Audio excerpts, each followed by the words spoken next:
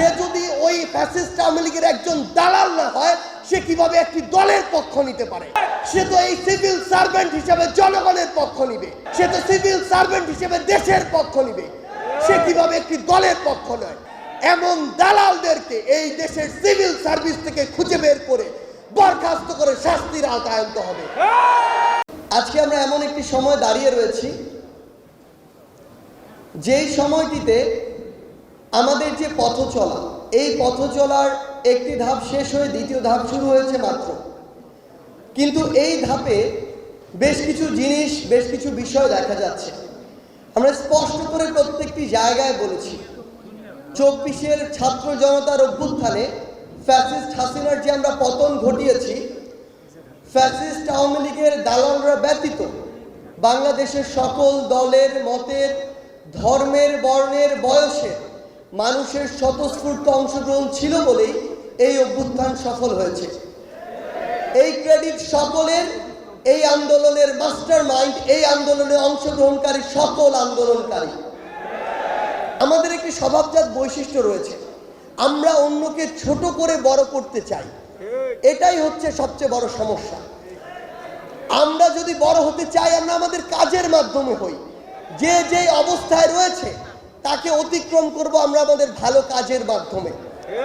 আগামীর বাংলাদেশে আমরা এমন একটি বাংলাদেশ চাই, এই যে আমাদের সংবিধান, যেই সংবিধান আমাদের মামুন ভাইকে রক্ষা করতে পারেনি, যেই সংবিধান আমাদের 2000-এর অধিক শহীদ ভাইকে রক্ষা করতে পারেনি, যেই সংবিধান বাংলাদেশের বিভিন্ন নিরাপত্তা রক্ষাকারী যে বাহিনী, তাদেরকে দিয়ে এই যে নির্বিচারে লিথাল ওয়েপন দিয়ে গুলি চালানো হয়েছে, এই গুলি চালানো থেকে রক্ষা করতে পারেনি, যেই সংবিধান আমাদের নিরস্ত্র ভাই বোনদেরকে পুলিশের হামলা, ছাত্রলীগ, যুবলীগ, আওয়ামী লীগের ক্যাডারদের হামলা থেকে রক্ষা করতে পারেনি, যেই সংবিধান 1971 থেকে শুরু করে আজকে পর্যন্ত 2024 সালে এসে আমাদের জীবনের নিরাপত্তা দিতে পারেনি, দেশে সুশাসন প্রতিষ্ঠা করতে পারেনি, ফ্যাসিস্টের এস্টাবলিশমেন্ট যেটি ছিল সেটি রক্ষা করতে পারেনি, সেই জায়গায় ফ্যাসিস্টের যে এস্টাবলিশমেন্ট ছিল সেটিকে ধ্বংস করতে পারেনি।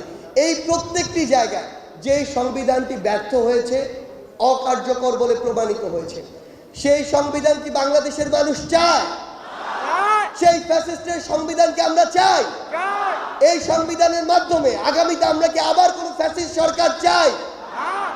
একটা জিনিস মনে রাখতে হবে, আগামীর বাংলাদেশে যে কোনো দল, আমি ধরে নিচ্ছি কোনো একটি দল তৈরি হবে, দলটির নাম ক, সেই দলটি আগামীর বাংলাদেশে আবার নতুন করে যদি কোনো কারণে ফ্যাসিস্ট হতে চায় বা হওয়ার আকাঙ্ক্ষা তার মধ্যে তৈরি হয়, আমি ধরে নিচ্ছি আমাদের এখানকার মধ্যে কেউ কোনোদিন বাংলাদেশের আজকে থেকে 20 বছর পরে সরকার প্রধান হলো, তার মনের ভিতরেও যদি এই ফ্যাসিস্টের আকাঙ্ক্ষা আসে এবং এটি বাস্তবায়ন করার চেষ্টা করে, তার যে ক্ষতির সম্মুখীন আমরা সকলে হব কি না?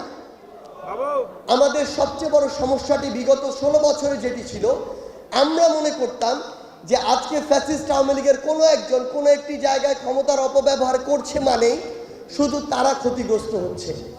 যতদিন পর্যন্ত না আমাদের গায়ে আঘাত আসছে, আমরা ওই জায়গা থেকে নিজেদেরকে দূরে রাখি। কিন্তু সবচেয়ে বড় কথা হচ্ছে, থুতু যখন একবার উপরে ছোড়া হয়, কোনো না কোনো সময়, কোনো না কোনোভাবে সেটি আমাদের গায়ে এসে পড়বেই। তার ফল আমরা প্রত্যেকটি জায়গায় দেখেছি। যখন সিন্ডিকেট তৈরি হয়েছে, পুরো বাংলাদেশে এফেক্টেড হয়েছে। যখন কোনো জায়গায় চাঁদাবাজি শুরু হয়েছে, ওই চাঁদাবাজির দ্বারা ওই সংশ্লিষ্ট সকলে এফেক্টেড হয়েছে। এই জন্য আমরা যে দলই করি না কেন, যেই মতই থাকুক না কেন, এই একটি জায়গায় জনতার প্রশ্নে, ক্ষমতার প্রশ্নে, ন্যায় বিচারের প্রশ্নে, জবাবদিহিতার প্রশ্নে, দায়বদ্ধতার প্রশ্নে আমরা যেন সকলে এক থাকি। এবং একটি জিনিস মনে রাখবেন, আমরা যে দলই করি না কেন, ওই দলের গঠনমূলক সমালোচনা করার গার্ডস যেন আমাদের থাকে। আমরা যেন ওই সিভিল সার্ভিসের ওই ম্যাজিস্ট্রেটের মতো অন্ধ দালাল না হই। সে যদি ওই ফ্যাসিস্ট আওয়ামী লীগের একজন দালাল না হয়, সে কিভাবে একটি দলের পক্ষ নিতে পারে? সে তো এই সিভিল সার্ভেন্ট হিসেবে জনগণের পক্ষ নিবে, সে তো সিভিল সার্ভেন্ট হিসেবে দেশের পক্ষ নিবে, সে কিভাবে একটি দলের পক্ষ নয়? এমন দালালদেরকে এই দেশের সিভিল সার্ভিস থেকে খুঁজে বের করে বরখাস্ত করে শাস্তির আওতায় আনতে হবে। এই দেশ কি কোনো দালালদের জন্য?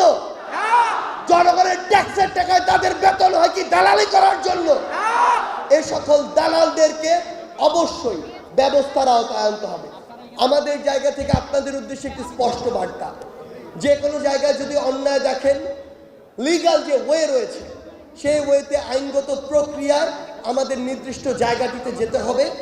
আইনগত প্রক্রিয়ায় কোনো পুলিশ হোক, প্রশাসনের কেউ হোক, বিচার ব্যবস্থার কেউ হোক, কোনো একজন যদি সহযোগিতা না করে, ন্যায় বিচার পেতে যদি সহযোগিতা না করে, বৈষম্য বিরোধী ছাত্র আন্দোলন পুরো বাংলাদেশের ছাত্র জনতাকে এই কথা দিতে চায়, যদি ন্যায় বিচারের ক্ষেত্রে আপনি কোথাও অসহযোগিতা পান, আমরা সকলে আপনার সাথে আবার রাজপথে নামব।